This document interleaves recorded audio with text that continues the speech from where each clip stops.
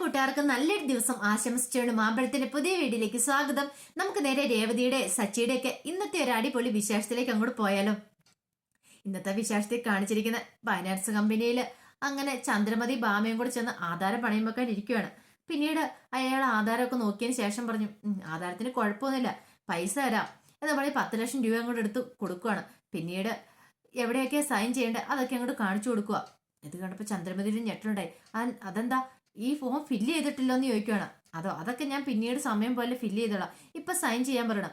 അങ്ങനെ വിറയ്ക്കുന്ന കൈകളുകൊണ്ട് ചന്ദ്രമതി സൈൻ ചെയ്യണം. പിന്നീട് ബാമയോട് പറഞ്ഞു, അല്ല ഒരാളും കൂടെ സൈൻ ചെയ്യണം, സാക്ഷിയായിട്ട് ഒരാൾ വേണ്ടതെന്ന് ചോദിക്കുകയാണ്. ബാമയ്ക്കൊരു പേടി, പേടിക്കാനൊന്നുമില്ല, ധൈര്യമായിട്ട് സൈൻ ചെയ്താലും പറയണം. അങ്ങനെ ബാമയെ സൈൻ ചെയ്തു. 10 ലക്ഷം രൂപയൊക്കെ വാങ്ങി അവര് പുറത്തേക്ക് ഇറങ്ങുവാണ്. ഈ സമയത്ത് ശ്രുതി അങ്ങോട്ട് വരുന്നേ. അപ്പൊ ശ്രുതി ചോദിച്ചു, അല്ല ആന്റി ഇതിന് ഇങ്ങോട്ട് വരാൻ എന്നോട് പറഞ്ഞേ? അതോ നീ എന്നോട് പണം ചോദിച്ചിട്ടില്ലായിരുന്നോ? അപ്പൊ പണം വേണ്ടേ, അപ്പൊ അത് തരാൻ വേണ്ടിയാന്ന് പറയാണ്. അല്ല ആന്റിക്ക് ബുദ്ധിമുട്ടുള്ള കാര്യമല്ലേ അതൊക്കെ എനിക്ക് എന്ത് ബുദ്ധിമുട്ട്, ഞാൻ തരാന്ന് പറഞ്ഞ പണമല്ലേ, എനിക്ക് തരാതിരിക്കാൻ പറ്റുമെന്ന് ചോദിച്ചിട്ട് കവറിനകത്തുനിന്ന് 10 ലക്ഷം രൂപ എടുത്ത് ശ്രുതിക്ക് നീട്ടുവാണ്. ശ്രുതിയുടെ കണ്ണ് തള്ളിപ്പോയി. പെട്ടെന്ന് ബാഗിനകത്തേക്ക് വെച്ചു. എന്നാലും എനിക്ക് വേണ്ടി ആന്റി ഇത്രയും ചെയ്യുമെന്ന് ഒരിക്കലും ഞാൻ പ്രതീക്ഷിച്ചില്ല. പെട്ടെന്ന് ചന്ദ്രമതി പറഞ്ഞു, ഇതൊക്കെ ഇത്ര നന്ദി പറയേണ്ട ആവശ്യമുണ്ടോ? നിന്റെ അച്ഛൻ നിരൂപിച്ചിട്ടുണ്ടെങ്കിൽ ഒരു ദിവസം കൂടെ തരാൻ പറ്റുന്ന പണമല്ലേ ഇതെന്ന് ചോദിക്കണം. അല്ല അതാൻറ്റി വേറെ ആരുടെ കാര്യം പറഞ്ഞാലും കുഴപ്പമില്ല, പക്ഷെ അച്ഛന്റെ കാര്യം മാത്രം ആൻറ്റി മിണ്ടരുത്, എനിക്കത് കേൾക്കുന്ന പോലും ഇഷ്ടമില്ല എന്ന് പറയണം. അതൊക്കെ പോട്ടെ മോളെ, നീ ധൈര്യമായിട്ട് പോകോ, ഇനിയിപ്പോൾ ബ്യൂട്ടി പാർലർ തുടങ്ങാനുള്ള കാര്യങ്ങളൊക്കെ നടത്താൻ പറയണം. അതെന്നോർത്ത് ആൻറ്റി വിഷമിക്കണ്ട കേട്ടോ, ഇന്ന് തന്നെ പോയി ഞാൻ അഡ്വാൻസ് പേയ്മെന്റ് കൊടുത്താളാം. പിന്നെ എൻ്റെ കട ഉദ്ഘാടനത്തിന്റെ ചീഫ് ഗസ്റ്റ് ആയിട്ട് വരുന്ന ആൻറ്റി ആയിരിക്കും എന്ന് പറയണം. ഇത് കേട്ടും ചന്ദ്രമതിയിൽ ഒരു ഞെട്ടുണ്ട്. ഞാനോ അതെ, ആൻറ്റി വന്ന് കട ഉദ്ഘാടനം ചെയ്താൽ മതി, എനിക്കതാ ഇഷ്ടം എന്ന് പറയണം. അല്ലെ ഇനിയിപ്പോ കല്യാണക്കാരി അങ്ങോട്ട് തീരുമാനിക്കാലോ അല്ലെ, എത്രയും പെട്ടെന്നൊരു മുഹൂർത്തം കുറിപ്പിക്കണം എന്ന് പറയാം. ഇത് കേട്ടപ്പോ സുധി പറഞ്ഞ്, ധൈര്യമായിട്ട് കുറിപ്പിച്ചോ, ഇനി എനിക്ക് ജോലി ആയല്ലോ, അപ്പൊ ഞാൻ സുധി നല്ല സന്തോഷത്തോടെ ജീവിച്ചോളാം. പിന്നെ ഈ പണം ഞാൻ അങ്ങോട്ട് അടച്ചു തീർത്തോളാം എന്നൊക്കെ പറയുവാണ്. പിന്നീട് സുധി അങ്ങോട്ട് കയറി പോവാ. ചന്ദ്രമതിക്ക് ടെൻഷനായി. ചന്ദ്രമതി ബാമയോട് പറഞ്ഞു, കുഴപ്പമൊന്നും ഇല്ലല്ലേ ബാമേ, പ്രശ്നങ്ങളൊന്നും ഇല്ലല്ലോ, ഇനി അവള് പൈസ എങ്ങനെ തിരിച്ചടയ്ക്കാതിരിക്കുമോ എന്ന് ചോദിക്കുകയാണ്. അങ്ങനെയൊന്നും ഉണ്ടാകത്തില്ല. ഒരുത്തി സുധീനെ പറ്റിച്ച് 50 ലക്ഷമായിട്ട് പോയി, ഇതിപ്പോ 10 ലക്ഷം കൊണ്ട് ഇവളെങ്ങാനും പോകുമെന്ന് ചോദിക്കുകയാണ്. അങ്ങനെ പോകാൻ ഒരു വഴിയില്ല, അവളെ എനിക്ക് അറിയാവുന്നല്ലേ എന്ന് ചോദിക്കുകയാണ്. അല്ല ഈ ബ്യൂട്ടി പാർലറൊക്കെ തുടങ്ങിയിട്ടുണ്ടെങ്കിലേ ഇത്രയും വലിയ എമൗണ്ട് ഒക്കെ അടച്ചു തീർക്കാൻ പറ്റുമെന്ന് ചോദിക്കുകയാണ്. നീ എന്ത് വർത്താന ചന്ദ്രയെ പറയണേ, അതൊക്കെ ഈസി ആയിട്ടുള്ള കാര്യമല്ലേ, ഇന്നത്തെ കാലത്ത് ഏറ്റവും കൂടുതൽ പെൺകുട്ടികൾ പോകുന്ന ബ്യൂട്ടി പാർലറൊക്കെയാ. പിന്നെ അത് പോരാത്തതിന് മസാജും തെറാപ്പിയും എല്ലാം ഉണ്ടല്ലോ, ധൈര്യമായിട്ടിരിക്കുക, ആ പൈസയൊക്കെ അവൾ പുഷ്പം പോലെ അടച്ചു തീർക്കുമെന്ന് പറയണം. പിന്നെ ചന്ദ്രമതിക്ക് ഒരു സമാധാനമായത്. ഈ സമയത്ത് രേവതി സച്ചിയും കൂടെ ബസ്സിൽ പോവായിരുന്നു. അപ്പൊ പുറത്തെ കാഴ്ചകളൊക്കെ ഭയങ്കര സന്തോഷത്തില്ല രേവതി. അപ്പൊ സച്ചി പറഞ്ഞു, നിന്റെ ഇരിപ്പും മട്ടുമൊക്കെ കണ്ടിട്ടുണ്ടെ തോന്നൂലോ നീ ആദ്യമായിട്ട് ബസ്സിൽ കയറുന്നാന്ന്. അല്ല നീ മാത്രം ഇങ്ങനെ പുറത്തേക്ക് ഇങ്ങനെ കൗതുകത്തോടു കൂടി നോക്കിയിരിക്കുന്നുള്ളൂ, ബാക്കി ആരെങ്കിലും ഇങ്ങനെ നോക്കുന്നുണ്ടോ, നീ എന്ന് നോക്കാൻ പറയണം. രേവതി ചുറ്റി നോക്കിയപ്പം ആരും നോക്കണ്ട. അതെ എനിക്ക് ഇച്ചിരി കൗതുകം കൂടുതലുള്ള, ഞാൻ ആദ്യമായിട്ട് ഈ ഗ്രാമക്കാഴ്ചകളൊക്കെ കാണുന്നതെന്ന് പറയണം. അതിന്റെ കാണുന്നുണ്ട്, നല്ല കാറ്റുണ്ട്, ഒരു കാര്യം ചെയ്യുക, നീ ആ വിൻഡോ സീറ്റിൽ നിന്ന് ഇങ്ങോട്ട് മാറിയിരുന്നോളാൻ പറയണം. വേണ്ട ഞാൻ ഇവിടെ ഇരുന്നോളാം, എനിക്ക് ഈ കാറ്റൊക്കെ ഭയങ്കര ഇഷ്ടമെന്ന് പറയണം. ഇനിയിപ്പം നിങ്ങൾക്ക് ഇനിയിപ്പം കാറ്റ് കൂടുതലിട്ട് നിങ്ങൾ ആ പുറകിലത്തെ സീറ്റിലേക്ക് മാറിയിരുന്നോളാൻ പറയണം. വേണ്ട ഞാൻ ഇവിടെ ഇരുന്നോളാന്ന് പറയാം. അങ്ങനെ ഓരോ വർത്താനമൊക്കെ പറഞ്ഞിട്ട് പോവാണ്. അല്ല നിനക്ക് എവിടുന്ന പൂ കിട്ടുന്ന പറയും, നിന്റെ കടയിലേക്ക് എവിടുന്ന പൂ കൊണ്ടിരുന്നത്?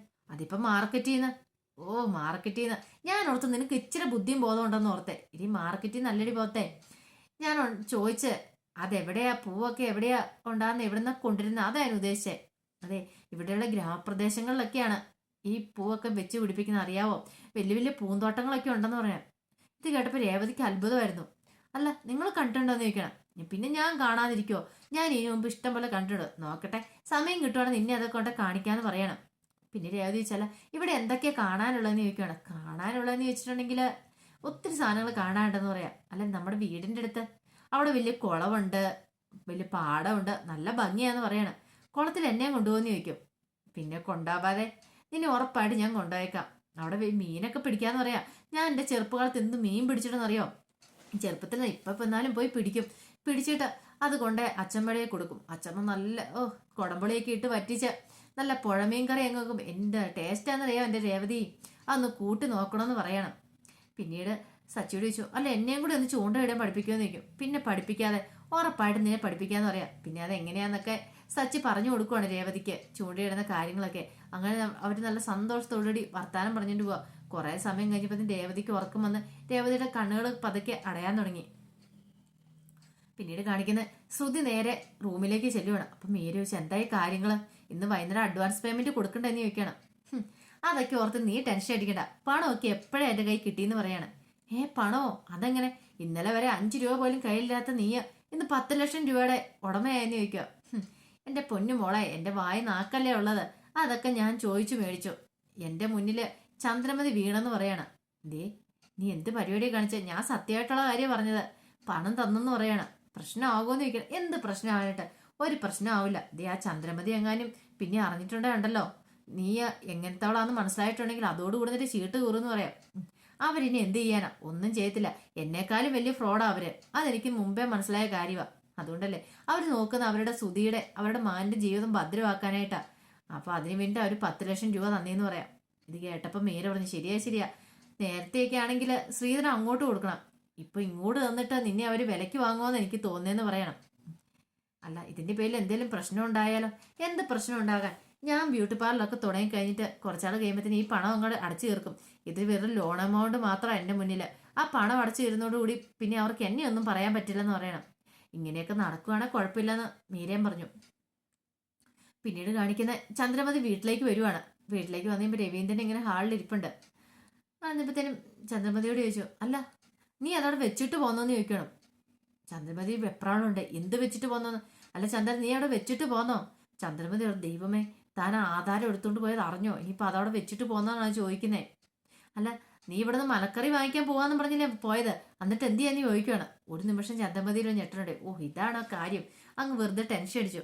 അല്ല, അത് പിന്നെ നീ എന്താ കിടന്ന് ബബ്ബ അടിക്കുന്നേ? എന്തെങ്കിലും പ്രശ്നം ഉണ്ടായോ? നിന്നോട് പച്ചക്കറി എന്തിയാന്നാ ചോദിക്കുന്നേ? അത് പച്ചക്കറി ഞാൻ വാങ്ങിയില്ല. അതെന്താ? അതിനേക്കാളും വില കുറവ് നമ്മുടെ ഇവിടെയുള്ള കടയിലല്ലേ, അവിടുന്ന് വാങ്ങാന്ന് വെച്ചു. അപ്പൊ നീ ഇത്ര സമയം എന്നെടുക്കുമായിരുന്നു? ഞാനേ അവിടെ വന്നൊരു ഡാൻസ് കളിക്കുമായിരുന്നു പറയായിരുന്നു റോട്ടിൽ നിന്നിട്ട്. നിനക്ക് എന്ത് പറ്റി? വന്നപ്പോ തൊട്ടൊരു പതർച്ചയാണല്ലോ. എന്തേലും കള്ളത്തരം ഉണ്ടാ ചന്ദ്രമതി നിൽക്കും. പിന്നെ എനിക്ക് എന്ത് കള്ളത്തരം ഇരിക്കുന്ന വിളിച്ചാണ് ചന്ദ്രമതി അങ്ങോട്ട് അകത്തേക്ക് പോവാണ്. ഈ സമയത്ത് ബസ്സിലാണ് രേവതി ഇരുന്ന് ഉറങ്ങിപ്പോയി.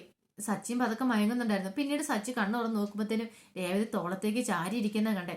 പതുക്കെ ഒന്ന് എഴുന്നേൽപ്പിക്കാനും നോക്കിയിട്ട് ഒരു രക്ഷയില്ല. നല്ല ഉറക്കമാണ്. ഇനി എന്ത് ചെയ്യും ഭഗവാനെ ഓർത്തിരുന്നപ്പോഴത്തേനും വഴി ബസ് നിർത്തിയപ്പോൾ ഒരു പ്രായ അമ്മച്ചി കയറുവാണ്. പെട്ടെന്ന് സച്ചിയും കൂടെ എഴുന്നേറ്റ് വിടിഞ്ഞു. അമ്മച്ചി ഇവിടെ ഇരുന്നോളാൻ പറയണം. അമ്മച്ചി നോക്കി സച്ചിനെ. അതെ, അപ്പൊ പുറയിലൊക്കെ കാല് സീറ്റ് ഉണ്ട് പോലെ, ഞാൻ അവിടെ ഇരുന്നോളാം. ഇത്തരം കാല് സീറ്റ് കിടക്കുമ്പോൾ ഞാൻ എന്തിനാ ഇവിടെ ഇരിക്കണേന്ന് ചോദിക്കണം. ആകെപ്പാടെ സച്ചി ചമ്മി. പെട്ടെന്ന് രേവതി കണ്ണു തുറന്ന് നോക്കി. രേവതിക്ക് മനസ്സിലായി. രേവതി, അതെ, ഞാൻ ഇങ്ങനെയാ. വണ്ടിയെ കയറി കഴിയുമ്പോൾ ആരെങ്കിലും വന്ന് പ്രായമായ ആരെങ്കിലും കണ്ടിട്ടുണ്ടെങ്കിൽ ആ സമയത്ത് എഴുന്നേക്കൂന്ന് പറയണം. രേവതി പറഞ്ഞു, ഞാൻ എനിക്കും മനസ്സിലായെന്ന് പറയാം. അത് നീ ഇനി ഉറങ്ങണ്ട കേട്ടോ, പുറത്ത് ഒത്തിരി കാഴ്ചകളൊക്കെ കാണാണ്ടെന്ന് പറയാം. അതെന്താ? എനിക്ക് മതി കാഴ്ചകൾ, എനിക്ക് നല്ല ഉറക്കം വരുമെന്ന് പറയാം. നീ ഉറങ്ങി എങ്ങനെയാ ശരിയാവുന്നേ? അതെന്താ? നീ ഉറങ്ങിയിട്ടുണ്ടെങ്കിലേ ഡ്രൈവറേട്ടന് ഉറക്കം വരില്ലേന്ന് ചോദിക്കും. ഞാൻ ഉറങ്ങിയില്ലെങ്കിൽ ഡ്രൈവറേട്ടന് ഉറക്കം വരുന്നേ? ഡ്രൈവറേട്ടൻ വണ്ടി ഓടിച്ചോണ്ടിരിക്കുമല്ലേന്ന് ചോദിക്കും. അത് നമ്മുടെ വണ്ടിയിലൊക്കെ പോകുന്ന സമയം ഒരാൾ ഉറങ്ങുന്ന കാണുമ്പോൾ വേറുള്ളവർക്ക് ഉറക്കം തോന്നുന്നുവല്ലേ, അതാ ഞാൻ പറഞ്ഞേ. ഓഹോ, അങ്ങനെ. രേവതിക്ക് മനസ്സിലായി തനിക്കിട്ടുള്ള പണിയാന്നുള്ള കാര്യം. രേവതി പെട്ടെന്ന് പറഞ്ഞു, അത് ഞാനൊരു കാര്യം ചോദിച്ചോട്ടെ, നിങ്ങൾ വണ്ടി ഓടിച്ചോണ്ടിരിക്കുന്ന സമയത്ത് നിങ്ങളുടെ കാറിലായിരുന്ന് ഉറങ്ങി നിങ്ങൾ ഉറങ്ങുമെന്ന് ചോദിക്കണം. അതെങ്ങനെ ഞാൻ ഉറങ്ങുന്നേ? ഞാൻ പെർഫെക്റ്റ് അല്ലേ, എനിക്ക് അങ്ങനെ ഉറങ്ങാൻ പറ്റുമോ? ഞാൻ എല്ലാവരെ പോലെ അല്ലോ എന്ന് പറയണം. മനസ്സിലായി. ഇപ്പൊ എനിക്ക് എല്ലാം മനസ്സിലായെന്ന് പറഞ്ഞിട്ട് രേവതി പുറത്തേക്ക് കാഴ്ചകളൊക്കെ കണ്ടിങ്ങനെ ഉല്ലസിച്ചിരിക്കുകയാണ്. പിന്നീട് കാണിക്കുന്ന ചന്ദ്രമതി നേരെ സുധീരുടെ അടുത്തേക്ക് ചെല്ലുവാണ്. സുധീരുടെ അടുത്ത് സുധി ചോദിച്ചു, അമ്മ കാര്യങ്ങളൊക്കെ നടന്നു മോനെ. 1-2 രൂപയല്ല, 10 ലക്ഷം രൂപയാണ് കൊടുത്തേക്കാൻ. നിനക്കറിയാവോ ഇനിയിപ്പോൾ എന്തൊക്കെയാ സംഭവിക്കുന്നത്? അവൾ ആ പണം തിരിച്ചടയ്ക്കുമോ മോനെന്ന് ചോദിക്കുകയാണ്. അതവൾ അടച്ചോളൂ അമ്മേ. എങ്ങനെ അടയ്ക്കാനാണ്? ഒരു ബാർബർ ഷോപ്പ് പോലെ ഒന്ന് തുടങ്ങിയിട്ടുണ്ടെങ്കിൽ ഈ 10 ലക്ഷം രൂപ അടയ്ക്കാൻ പറ്റുമോ ചോദിക്കുകയാണ്. അമ്മ എന്താ പറയണേ? അവൾ ബ്യൂട്ടി പാർലർ മാത്രമല്ലോ, മസാജിങ് തെറാപ്പി എല്ലാം ഉണ്ടല്ലോ. പിന്നെ എന്താ കുഴപ്പം? എന്നാലും മോനെ എനിക്ക് ഭയങ്കര പേടിയാന്ന് പറയണം. അമ്മ പേടിക്കൊന്നും വേണ്ട, അവൾ ഉറപ്പായിട്ടും ആ പൈസ അടച്ചിരിക്കും. ഒരു 5-6 മാസത്തിനുള്ളിൽ. പിന്നെ എനിക്കും നല്ലൊരു ജോലി കിട്ടത്തില്ലേ, ഞങ്ങൾ രണ്ടും കൂടെ ഒരുമിച്ച് അടച്ചോളാം. പിന്നെ അമ്മ ഉദ്ദേശിക്കുന്ന പോലെ അല്ല, നല്ല വിദേശികളൊക്കെ ആയിരിക്കും തെറാപ്പി ചെയ്യാൻ വേണ്ടി വരുന്നത്. പിന്നെ ഡോളറല്ലേ അമ്മ ഒഴുകുന്നതെന്ന് ചോദിക്കണം. എന്നാലും മോനെ ഒരെന്നാലും ഇല്ല, അമ്മ ധൈര്യമായിട്ടിരിക്കാൻ പറഞ്ഞ് ചന്ദ്രമതിയെ ചേർത്ത് പിടിക്കണം.